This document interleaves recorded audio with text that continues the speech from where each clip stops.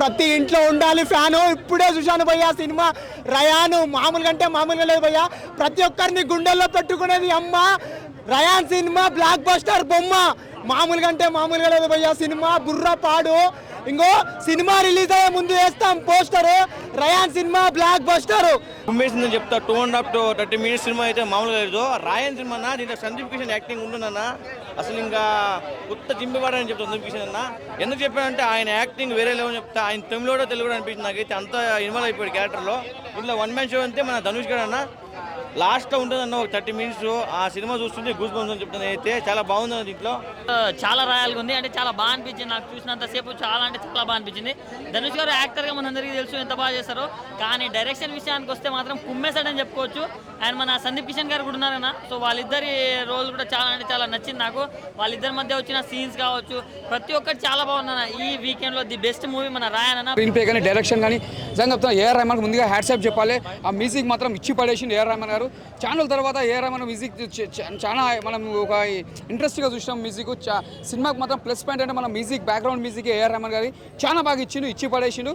మామూలుగా అంటే మామూలుగా లేదు భయ్యా. సినిమా డైరెక్షన్ పరంగా, యాక్షన్ పరంగా, ఈ సీక్వెల్ పరంగా, కామెడీ పరంగా, సెంటిమెంట్ పరంగా అయితే పీక్స్ భయ్యా. సినిమా మెంటల్ ఉంది భయ్యా. సినిమా బుర్రా ఉంది భయ్యా. బుర్రా పాడు భయ్యా. సినిమా ఇలాంటి సినిమా డైరెక్షన్ పరంగా, యాక్షన్ పరంగా తీస్తాడని నేనైతే ఊహించలేదు భయ్యా.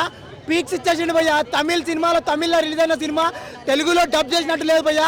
తెలుగులో రిలీజ్ చేసినట్టు ఉంది భయ్యా. సినిమా బుర్ర పాడుంది భయ్యా. హీరోయిన్ కూడా ఒక మన సందీప్ కిషన్ జోడీ ఉంటుంది హీరోయిన్. ఆమె అయితే ఇంకా వేరే లెవెల్ యాక్టింగ్ అని చెప్తా. మన సూర్య గారితో ఆకాశం సినిమా నటించింది ఆమె.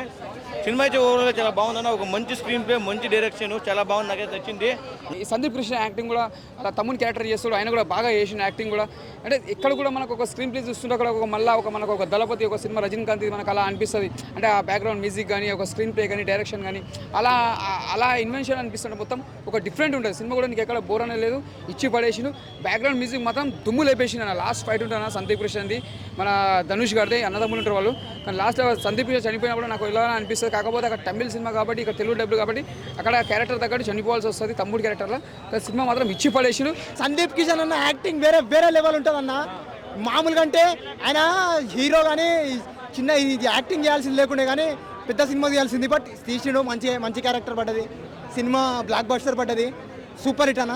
బ్లాక్ బస్టర్ అన్న. Thank you. నాన్ స్టాప్ అన్న 2.5 to 30 minutes యాక్షన్ డ్రామా. ఇది ఫ్యామిలీ ఎంటర్టైన్మెంట్ చూడొచ్చు మీరు. సినిమా అయితే చాలా బాగుందని అందరూ చూడాలని కోరుకుంటున్నారు. Thank you. స్టోరీ ఆయన, డైరెక్టర్ ఆయన, హీరో కూడా ఆయన కొంచెం బాగా హ్యాండిల్ చేశారా?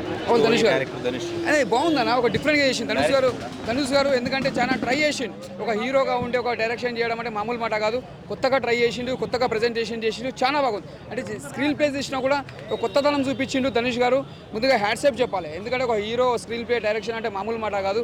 అప్పట్లో మన పవన్ కళ్యాణ్ గారు తీసినట్టు జానీ ఎలా తీసిర్రు ఆయన కూడా గట్స్తో తీసిన పవన్ కళ్యాణ్ గారు ఏదో సక్సెస్ఫుల్ చేసిండు. ఆయన కూడా సమాజానికి అర్థం కాలేదు. సినిమా అర్థం చేసుకుని మాత్రం జానీ సినిమా అర్థమవుతుంది. ఇప్పుడు కూడా సినిమా అలానే ఉంది. అర్థం చేసుకుని అర్థమవుతుంది. సినిమా మాత్రం చాలా బాగుంది. ఇచ్చి పడేసిన అన్న. మా సత్యం 24 ఫ్రేమ్స్ ఛానల్ని సబ్స్క్రైబ్ చేసుకుని బెల్ ఐకాన్ని యాక్టివేట్ చేసి లైక్ చేయగలరు, షేర్ చేయగలరు.